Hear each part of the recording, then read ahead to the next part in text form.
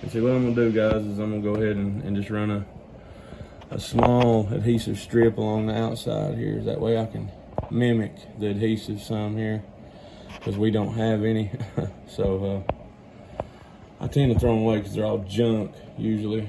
But this tape, it's a little thicker. I've run out of my little small lining tape. It's tiny, and this here is just gonna kind of thwart some of the water anyway.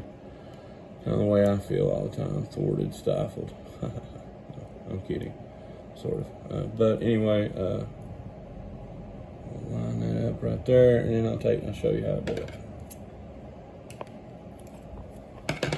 I get the spudger here, and I'll go down the line of it like this.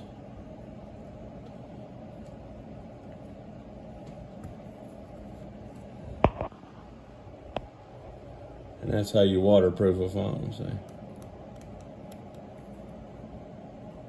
That's what they're doing anyway to do it.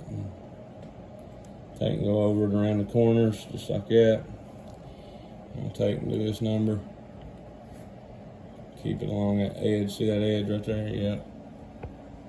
Just like that. And then I'll grab my tweezers and I'll pull it up like this. See, it's starting to come up. See? Double-sided. But I'll wait until the end to do that. For now, we're going to connect it. The screen back as normal. First, as always, front camera flex. Pop. And if you listen very closely, you can hear it pop. If you do it correctly, that is. You always go outside in.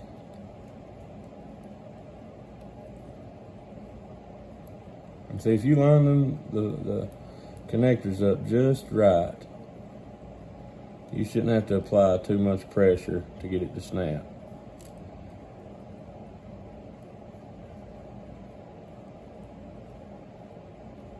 Right there. Well.